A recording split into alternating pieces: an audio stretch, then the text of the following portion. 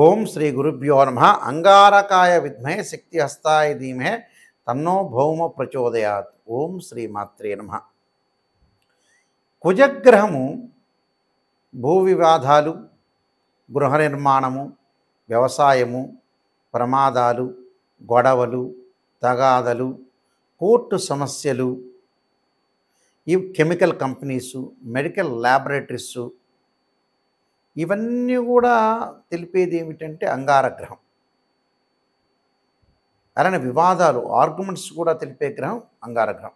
అంగారగ్రహం August 26వ తారీఖు సోమవారం మధ్యాహ్నం 3:25 మృగశిర నక్షత్రం 3వ పాదం ప్రవేశించటంతో పాటు అక్టోబర్ ప్రవేశం చేయటం, అక్టోబర్ 20 ఆదివారం మధ్యాహ్నం 1:30 కుజుడు ముఖ్యంగా మృగశిర 3, 4, ఆరుద్ర నక్షత్రం 1, 2, 3, 4 పాదాలు, పునరస్సు నక్షత్రం 1, 2, 3 పాదాల్లో కుజుడు 55 రోజుల పాటు మిథున రాశిలో సంచారం చేస్తాడు.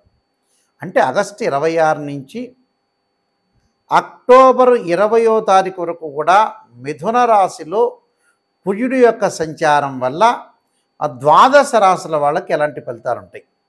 అందులో ముఖ్యంగా మృగశిర నక్షత్రం 3, 4 పాదాలు, ఆరుద్ర నక్షత్రం 1, 2, 3, 4 పాదాల వాళ్ళకి, పునరస్సు నక్షత్రం 1, 2, 3 పాదాల వాళ్ళకి కూడా ఏ విధంగా ఉండబోతుంది, ద్వాదశ రాశుల వాళ్ళకి ఏ విధంగా ఉండబోతుంది. కుజుడు 55 రోజుల పాటు సంచారం చేస్తుంటాడు.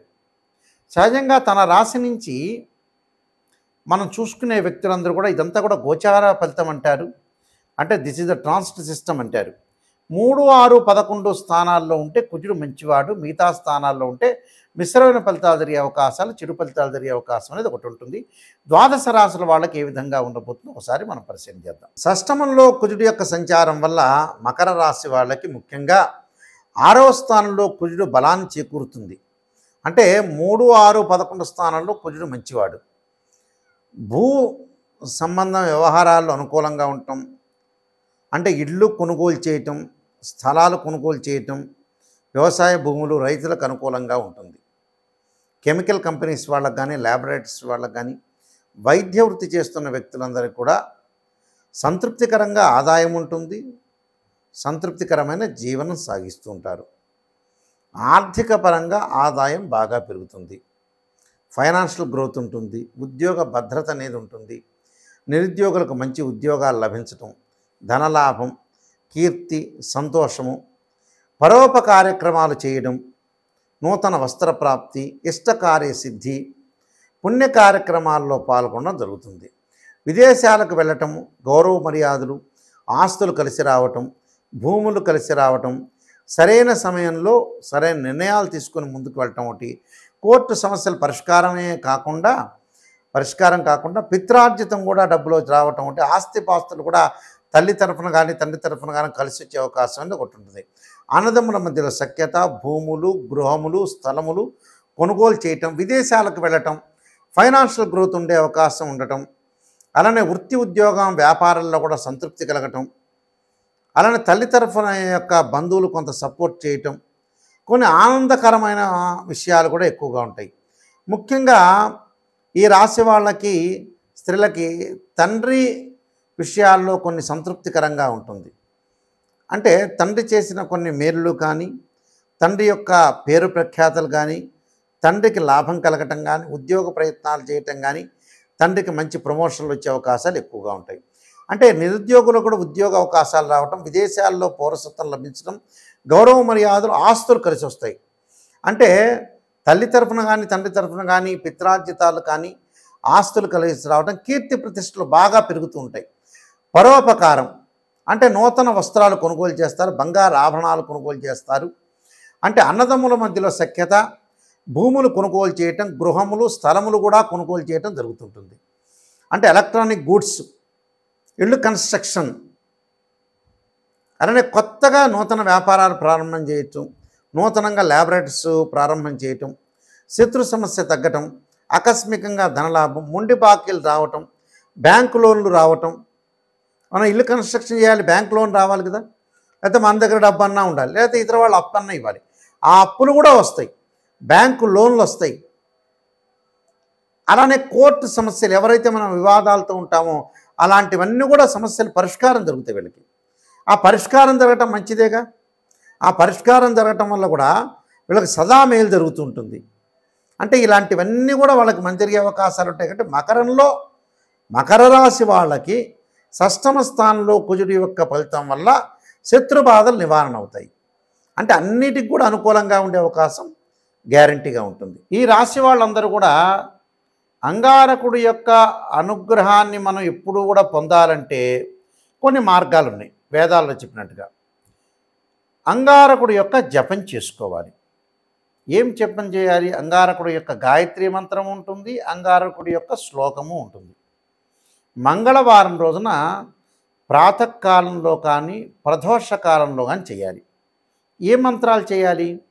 అంగారకాయ విద్మే శక్తి అస్తాయి ధీమే తన్నో భౌమ ప్రచోదయాత్ అనే మంత్రాన్ని, ధరణీగర్భ సంభూతం విద్యుత్కాంతి సమప్రభం కుమారశక్తి అస్తంచ మంగళం ప్రణమామ్యం అనే మంత్రాన్ని చక్కగా చదువుకోవాలి మంగళవారం పూట. అంటే ప్రతి మంగళవారం కూడా 21 సార్లు కానీ, 27 కానీ, 54 కానీ, 108 సార్లు కానీ చదవటం చాలా మంచిది. ఒక మంగళవారం రోజున మనం చేయాల్సిన పని ఏమిటి అని అంటే రాహుకాలంలో దీపం పెట్టాలి. ఒక మంగళవారం చక్కగా ఎప్పుడు పెట్టాలి? కుజహోర ఉంటుంది ప్రాతకాలంలో, కుజహోరలో పెట్టడం ఒకటి. కందులతో చేసిన ఏదైనా సరే ప్రసాదాన్ని తయారు చేసి ఒక దేవాలయాన్ని ఇచ్చి మంగళవారం రోజునే మనం తయారు చేయాలి ఇంట్లో.